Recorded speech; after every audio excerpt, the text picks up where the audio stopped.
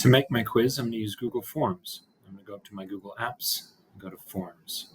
I'm going to create a blank quiz. I'm going to give my quiz a meaningful name. I'm going to make my first question. This is a multiple choice question.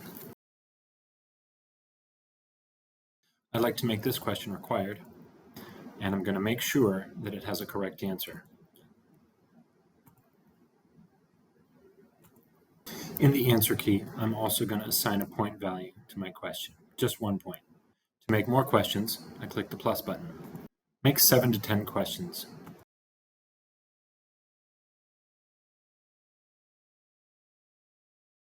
Once I've made 7 to 10 questions, I've made sure that each question has a point, I've made sure that each question has a correct answer, and I've made sure that each question is required.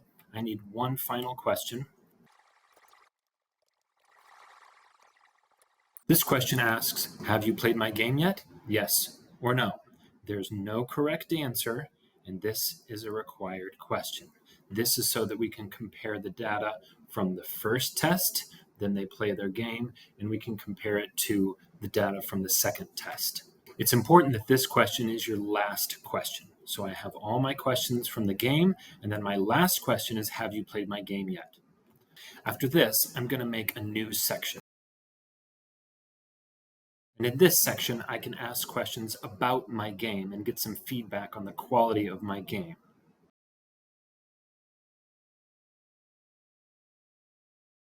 So in my game feedback section, I have added 3 questions. Please rate the artwork of my game. This is a linear scale question.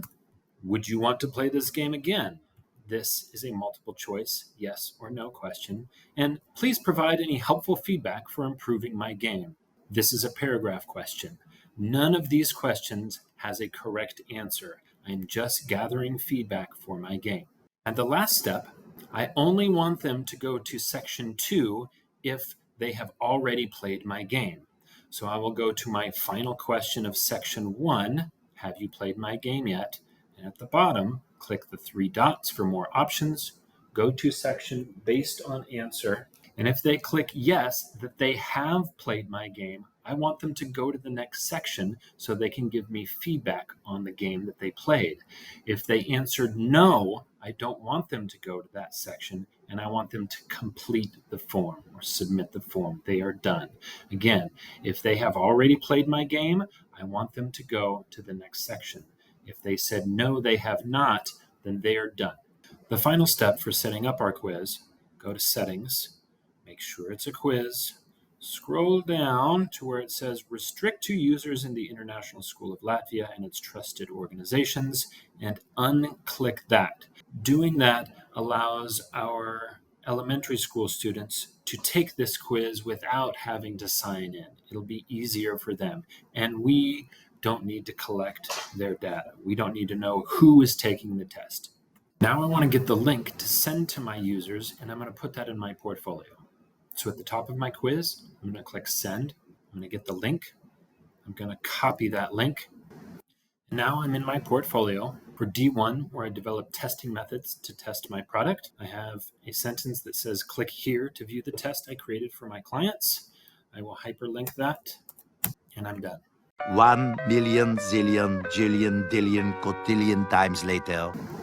Okay, we've fast forwarded into the future, and my clients have all taken the quiz, played my game, and taken the quiz again, and now I have some data to work with.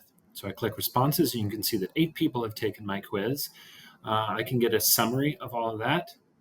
You can see it breaks it down by question, and maybe you want to take a screenshot of some of these and put it in your portfolio when you talk about the testing data in Criterion D. What we want to do is export this data to a Google Sheet. So I'm going to go Link to Sheets. I'm going to create a new spreadsheet. Now I'm in my Google Sheet, which has all the responses from my quiz. And I want to be able to separate these scores from the first test and the second test. Okay, so I have that question in column J. That's going to be important. So I'm going to select all of the data in my sheet. I'm going to click Data, and I want to sort this range. And I want to go to Advanced Range Sorting Options, and I'm going to sort by column J, where my yes or no question is. This is very important. It might be different on yours. You need to find the column that has the yes or no question. I click sort, and now I have all my no's together and all my yeses together. And now I can see, are these scores more or less than the second score? You can see by a quick look that it does look that my students got better after playing my game. That's what I'm going for. So it's this information that you can then use in your portfolio to evaluate your game. So I'm back in my portfolio, and you can see that I took a screenshot of those scores before and after playing my game. And over here, I have an annotation which discusses that data, and it talks about how successful or not my game was. You can see down here, I chose to include a screenshot of a pie chart that shows if people would like to play my game or not. And then I added an annotation which discusses that data and talks about how successful my solution is. So you can use this data from your quiz in any way that you want to test the success of your solution.